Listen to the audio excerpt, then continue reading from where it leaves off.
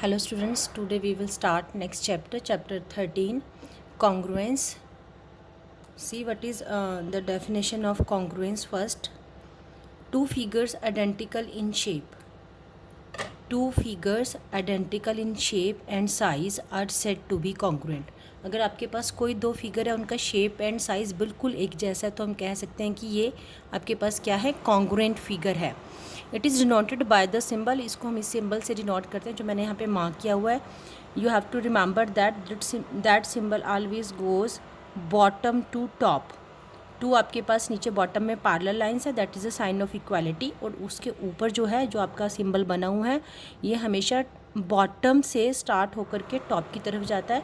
अगर आप इसको टॉप से स्टार्ट करके बॉटम की तरफ करेंगे, सपोज़ अगर आपने सेम सिंबल को अगर आपने इस तरह से अगर आपने मार्क कर दिया, तो दैट इज़ रॉन्ग, मीन्स ये आपका इनकरेक्ट है, ये करेक्ट सिंबल नहीं माना जाता. तो you have to remember that how you can write down the symbol of congruence and it is read as is congruent to. Suppose आपके पास टू ट्राइंगल्स कॉन्ग्रुएंट था, तो triangle A B C congruent to triangle D E F another triangle है.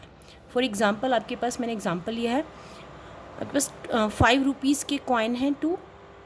अगर आप उन दोनों को एक दूसरे के ऊपर रखेंगे तो वो दोनों एक दूसरे को सुपर इम्पोज कर लेंगे. तो you can say that given coins are congruent. Similarly two pages of the same book. आपको भी एक बुक लेने, जैसे सपोज मेरे पास ये नोटबुक है, इस नोटबुक के जितने भी पेजेस हैं सब के सब एक दूसरे को क्या कर रहे हैं, ये सुपर इम्पोज कर रहे हैं. सुपर इम्पोज में एक दूसरे को टोटली कवर कर लिया. आप देखेंगे साइड से कोई भी पेपर बाहर नहीं निकला है. तो यू कैन से कि pages of notebook are congruent. Similarly two triangles of the same measurement. आपके पास अगर कोई दो ट्राइंगल्स हैं, दोनों ट्राइंगल्स का मेजरमेंट सेम है, तो वो भी क्या है, कॉन्ग्रुएंट है. इसमें मैं वन मोर आपको एग्जांपल में यहाँ पे मैं आपको कॉइन दिखा रही हूँ. आपके पास टू कॉइन मैंने लिए हैं, 5 रुपीज़ के कॉइन हैं. दोनों कॉइन्स को अगर मैं एक दूसरे के ऊपर देखो यहाँ पे रख के आपको दिखा रही हूँ, इन दोनों कॉइन ने एक दूसरे को क्या कर लिया, सुपर इम्पोज कर लिया. अगर मैं इसको ऐसे रखती हूँ, you just check it out, तो आप इसको चेक करेंगे कि आपको ये 1 कॉइन विजिबल है. आपको लग रहा है कि 5 रुपीज़ का एक सिंगल कॉइन है, ये 2 कॉइन्स नहीं है, क्योंकि इसके नीचे मैंने एक दूसरा कॉइन भी रखा हुआ है. तो दैट काइंड ऑफ फिगर्स और that kind of object you can say कि कॉन्ग्रुएंट होते हैं ये. इसे मैं एक वन मोर आपके लिए मैं एग्जांपल लेकर के आई हूँ. आपके पास सबके पास स्केल होता है, ये आपका प्लास्टिक का स्केल है. ये जो आपका प्लास्टिक का स्केल है, अगर आप ये देखेंगे तो आपको ये एक स्केल नज़र आ रहा है. तो ये आपके पास इसमें मैंने नीचे बॉटम में एक दूसरा स्केल भी रखा हुआ है. अगर मैं इसको सेपरेट करूँगी, now you can see it, ये आपके पास 2 स्केल हैं. तो इन दोनों स्केल ने एक दूसरे को सुपर इम्पोज कर लिया है. तो the scales are also you can say कि कॉन्ग्रुएंट है. स्केल की जो शेप है that is a shape of rectangle. तो लेंथ इसमें आपके पास सेम है और ब्रेड्थ आपके पास सेम है. तो that kind of figures are known as congruent. And one more example मैंने लिया, मैंने पेपर कट किया हुआ है आपके लिए. यहाँ पे ये मेरे पास ट्राइंगल है. अगर आपको ये ट्राइंगल विजिबल हो रही है, वाइट कलर के मैंने पेपर से कट किया हुआ है. तो इसके आप देखेंगे कि इसके नीचे मैंने एक और ट्राइंगल रखी हुई है, जिसको इसने प्रॉपर कह रहे हैं कि सुपर इम्पोज का मीन्स होता है कि कवर कर लिया, उसको टोटली एग्जैक्टली कवर किया हुआ है कम्प्लीटली. ये नीचे बॉटम में दूसरी आपके पास ट्राइंगल है. मैं इसको अगर इसके ऊपर टॉप पे रखती हूँ तो नीचे वाली वाइट वाली ट्राइंगल आपको विजिबल नहीं होगी. इट मीन्स इसने इसको टोटली क्या कर लिया है, कवर कर लिया है. Now you can see. तो ये आपके पास 2 ट्राइंगल्स हैं.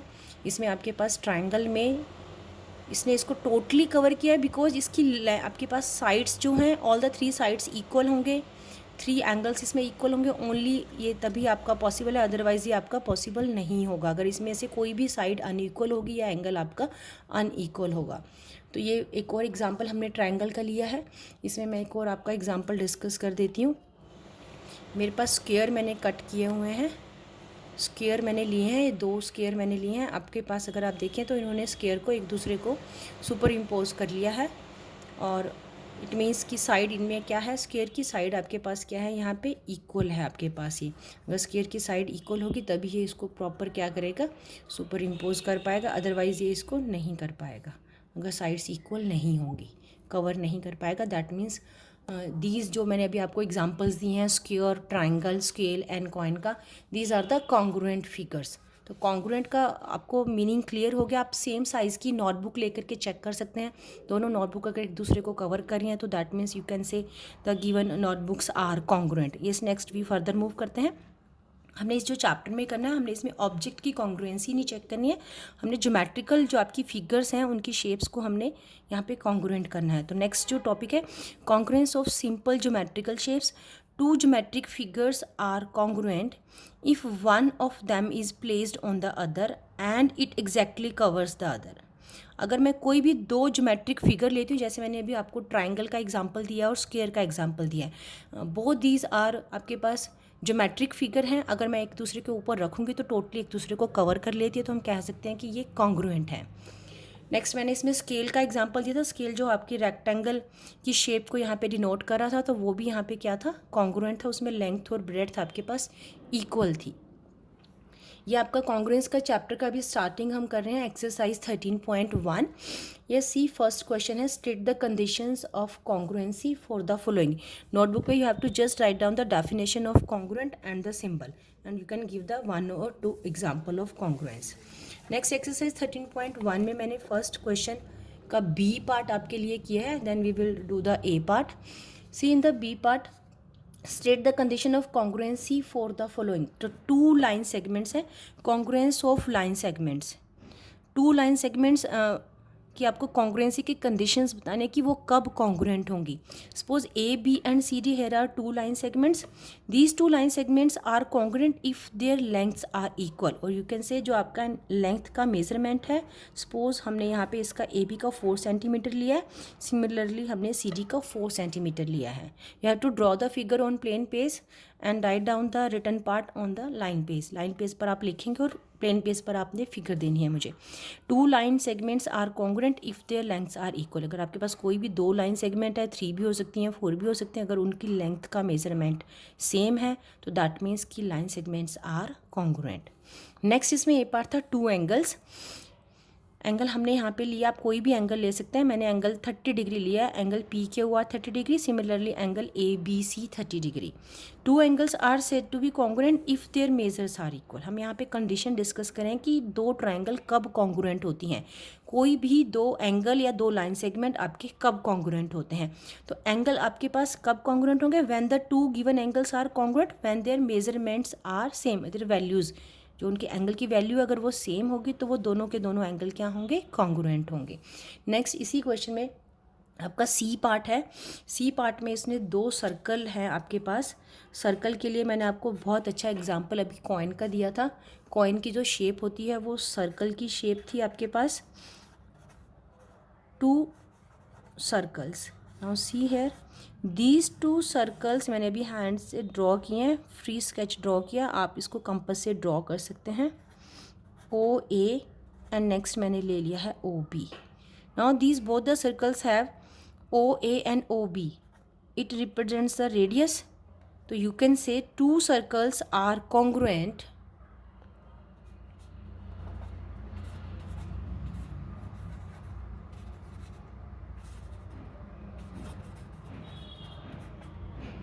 two circles are congruent if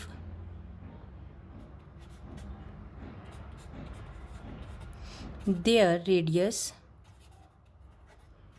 or diameter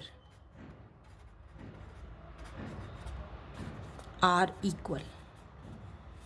कोई भी दो सर्कल आपके इक्वल होंगे अगर हमारे पास उनका रेडियस या डायमीटर क्या होगा, हमारे पास सेम होगा। अगर उनका रेडियस और डायमीटर सेम नहीं होगा तो दोनों सर्कल आपके कॉन्ग्रुएंट नहीं होंगे। यहाँ पे मैं आपको ये भी कॉइन दोबारा दिखा देती हूँ। ये मैंने दो कॉइन लिए थे, दोनों की सर्कल की शेप है। दोनों कॉइन ने एक दूसरे को सुपर इम्पोज सिर्फ इसलिए किया कि because both the coins have same diameter. दोनों कॉइन का जो डायमीटर है वो बिल्कुल क्या है, सेम है, और यू कैन से रेडियस। तो तभी दो सर्कल्स क्या होते हैं, आपके कॉन्ग्रुएंट होते हैं। नेक्स्ट इसमें हमारे पास डी पार्ट में है to squares.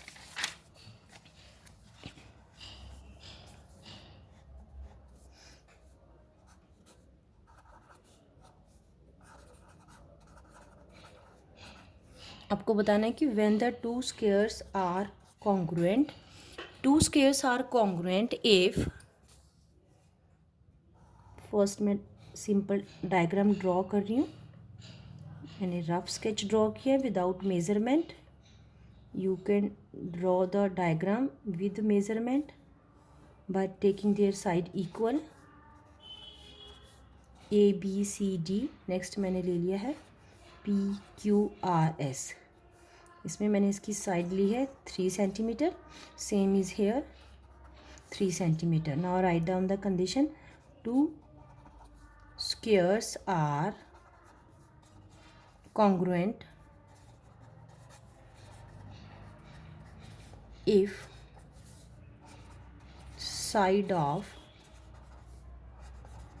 one square is equal to the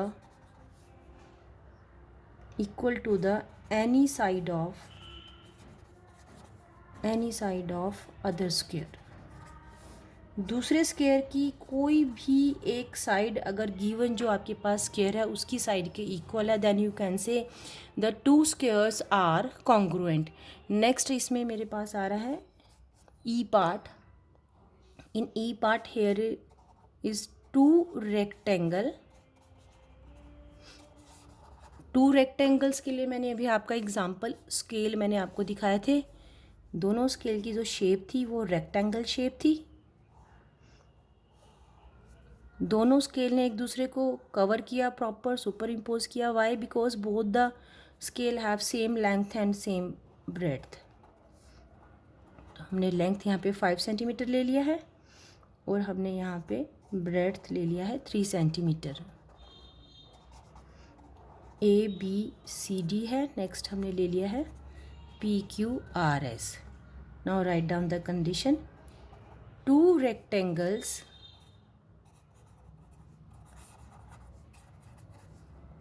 are congruent if length and breadth are equal।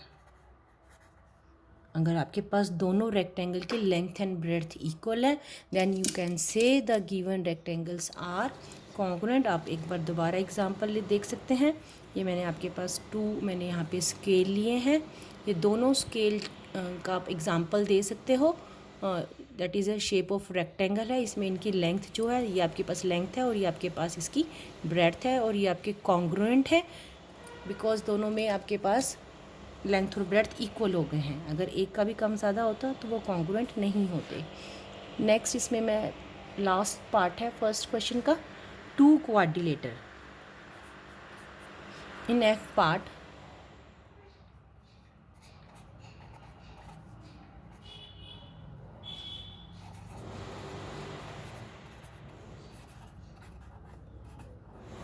two quadrilaters are congruent। क्वाड्रेटर की शेप कोई भी हो सकती है। 4 साइडेड फिगर है।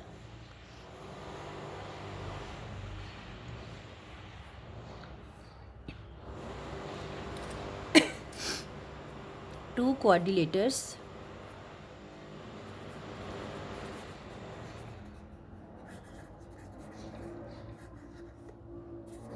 are equal or you can say are congruent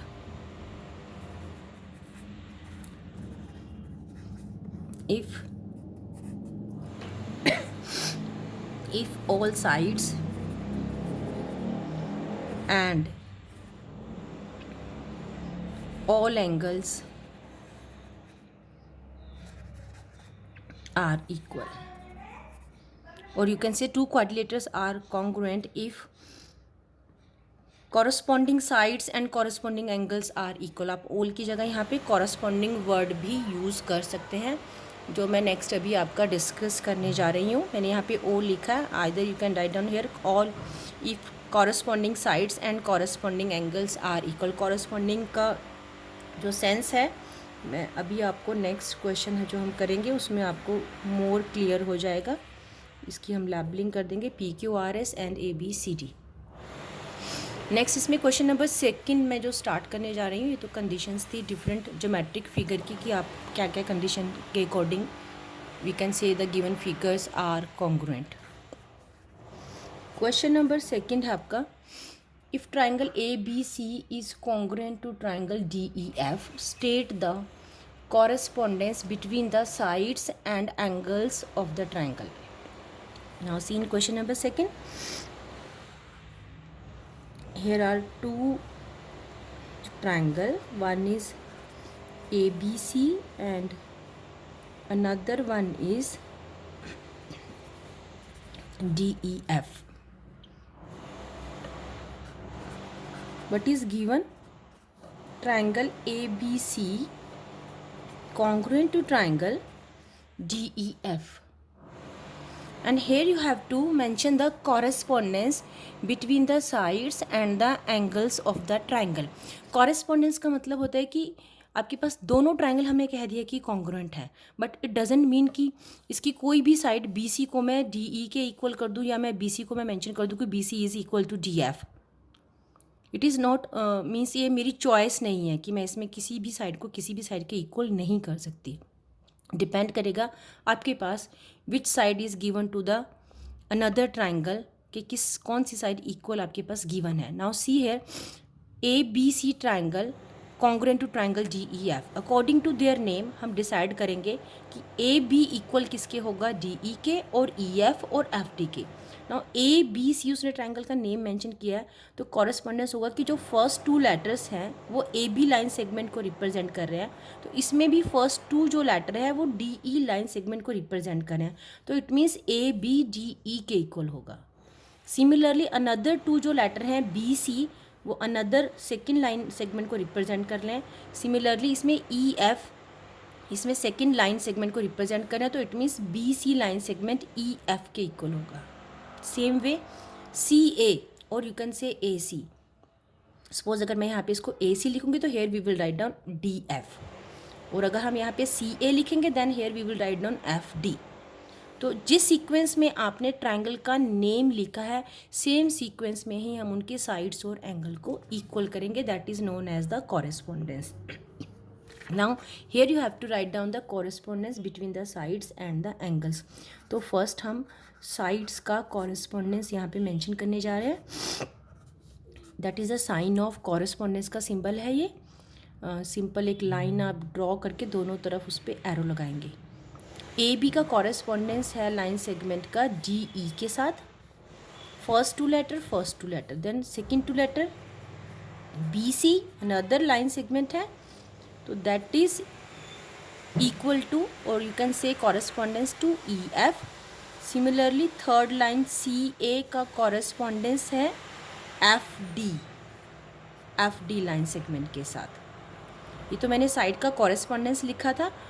we can write down it as suppose अगर अब मुझे यहाँ पे AB को BA लिख रहा है, तो similarly here we can change it ED. CB अगर आप यहाँ पे लिखेंगे तो यहाँ पे FE आपका हो जाएगा. नेक्स्ट मैं एंगल का कॉरेस्पॉन्डेंस ले रही हूँ. एंगल A का कॉरेस्पॉन्डेंस एंगल D के साथ है. एंगल B का correspondence angle E and angle C का कॉरेस्पॉन्डेंस एंगल F के साथ है. यहाँ पे इसमें हमने first now check it out from the name. A angle A लिया है, तो here from the second triangle we will take D. Then B हमने लिया है, तो यहाँ से हम E लेंगे. सेम हमने यहाँ से C लिया है, तो from here we will take F. Means angle A equal to angle D, angle B equal to angle E, angle C equal to angle F.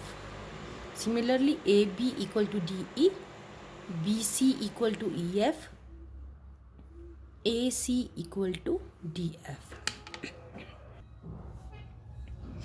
C one more time. In question number second में आपको correspondence बताना था. Triangle ABC congruent to given triangle DEF. Correspondence हम इसके name के ऊपर depend करेगा. Suppose अगर नेम गिवन नहीं होंगे तो आपके पास इसकी साइड्स की मेजरमेंट और either you have to be given the angle measurement, तो उसके बेस पर हम ये बताते हैं कि किस साइड का किस साइड के साथ कॉरेस्पॉन्डेंस है. Since here name is given तो हम उसके नेम के अकॉर्डिंग कॉरेस्पॉन्डेंस लिखेंगे. AB है, हमने फर्स्ट टू लेटर लिया तो हम इसके भी फर्स्ट टू लेटर ही लेंगे. देन हेयर मैंने नेक्स्ट टू लेटर लिए हैं बी सी लाइन सेगमेंट, तो here we will take E F. अगर मैं इसको सी बी लिखूँगी तो हम यहाँ पे भी इनका चेंज कर देंगे, एफ ई कर देंगे। सेम मैंने थर्ड लाइन सेगमेंट ए सी और यू कैन से सी ए, मैंने सी ए से रिप्रेजेंट किया तो इधर हमने इसको एफ डी से रिप्रेजेंट किया है। नेक्स्ट मैंने एंगल का कॉरेस्पॉन्डेंस लिया है।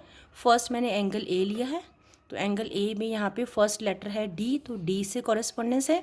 नेक्स्ट मैंने एंगल बी लिया है, बी यहाँ पे सेकंड प्लेस पे लिखा है, तो यहाँ पे सेकंड ट्रायंगल में ई है, तो बी का ई से कॉरेस्पॉन्डेंस होगा। नेक्स्ट थर्ड एंगल सी, सी यहाँ पे जो है लास्ट में लिखा है, तो यहाँ पे एफ लास्ट में लिखा हुआ है, तो सी का कॉरेस्पॉन्डेंस किससे है, एंगल एफ से है। ये तो आपके पास कॉरेस्पॉन्डेंस था। नेक्स्ट क्वेश्चन नंबर थर्ड है, आइडेंटिफाई करना है सिंपल आपको द कॉन्ग्रुएंट फिगर्स। आपके पास फिगर कॉन्ग्रुएंट है या नहीं है, ये मैं आपकी एक बार बुक में ही आपको दिखा देती हूँ और येस नो मैं आपको बता दूंगी, आप नोट डाउन कर लेंगे। क्वेश्चन नंबर थर्ड का ए पार्ट है, A B C and E F D, ये दोनों ट्राइंगल्स को आपने चेक करना है कि whether these two triangles are congruent और not. Now just check it out. Line segment B C पे सिंगल मार्क लगा है, तो दैट मीन्स कि that is equal to E F. Here angle B is 90 degree, here angle E is 90 degree, तो B C line segment E F के equal है, और देखने से लग रहा है कि जो ए बी है that is equal to D E.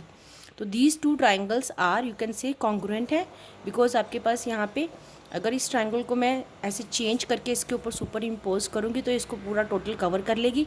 तो yes, in the first figure triangles are congruent. Next आपका इसमें बी पार्ट है। बी पार्ट में अगर आप इसमें देखेंगे, बी पार्ट में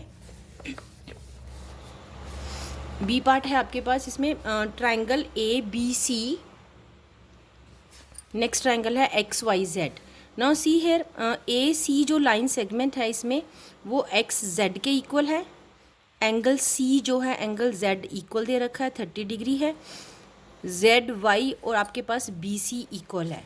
तो अगर मैं इस ट्राइंगल को टर्न करके जेड को अगर मैं सी के साथ कंसाइड करूँगी 30 डिग्री को 30 डिग्री के साथ, तो जो एक्स जेड है वो ए सी को कवर कर लेगा और वाई जेड जो है वो बी सी को कवर कर लेगा। तो yes we can say the triangles are congruent in B part. Next इसमें सी पार्ट है। In the C part triangle A B C and triangle G E F. Here angle B आपके पास 90 degree है, same is here E 90 degree है, A B 5 centimetre है and here E F 5 centimetre है। But अगर आप ध्यान से देखें तो दोनों ट्राइंगल्स में फर्स्ट ट्राइंगल जो है वो स्मॉलर लग रही है साइज में as compare to the second one, तो it can not superimpose the another triangle because here see the length of B C जो है वो डी ई के इक्वल नज़र नहीं आ रहा है, स्मॉलर है, B C smaller than D E, therefore we can say these two triangles are not congruent. तो सी पार्ट में आपका आंसर आएगा नो। नेक्स्ट इसमें है D part. D part again you can check it out, angle C 30 degree है and angle X 30 degree. Here A C equal है आपके पास एक्स जेड के इक्वल, बिकॉज वन मार्क लगा हुआ है, सिंबल जो लगे हुए हैं इससे हम इसको जज करते हैं कि which side is equal to which one. Now see here A C equal to आपके पास है जेड एक्स है। Similarly B C equal to आपके पास यहाँ पे दे रखा है जो वो जेड वाई के इक्वल दिए, बिकॉज यहाँ पे 2 आपके मार्क लगे हुए हैं, ये this line that line is equal to this line. Now you can just check it out. If we cut these two triangles and try to superimpose to each other, it will not. Why?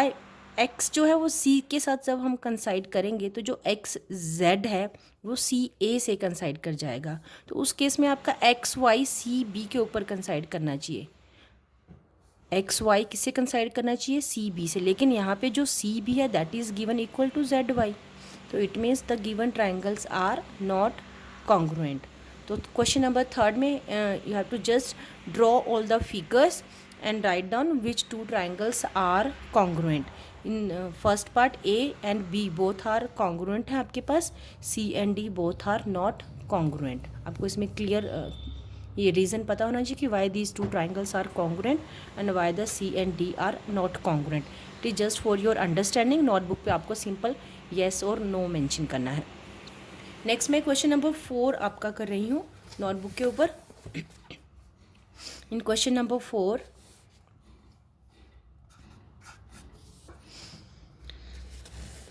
let the correspondence of triangle PQR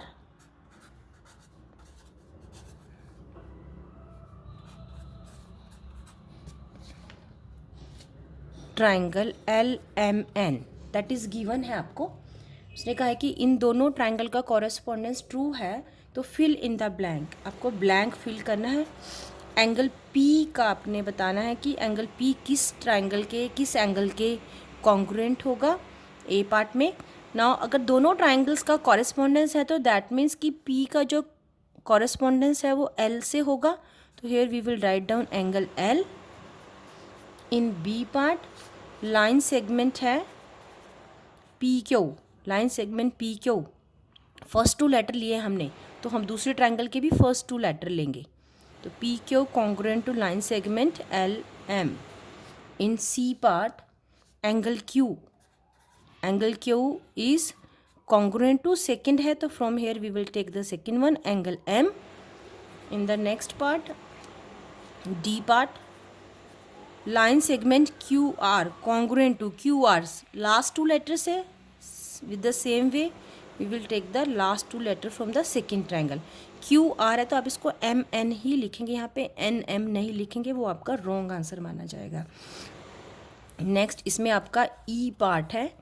E part में उसने आपका angle R है, angle R आपका congruent है। Now the last letter है, तो from another triangle we will take the last letter angle N। In F part line segment PR first and last, with the same way from the second triangle we will take first and last L and N। ये आपका question number 4 complete हो गया। Next जो question number 5 है वो आपका true false है। Try to do it your self.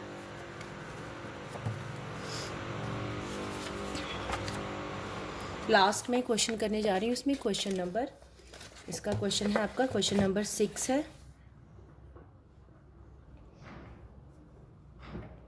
Question number 6 we will discuss in the next video. That's all for today. Thank you.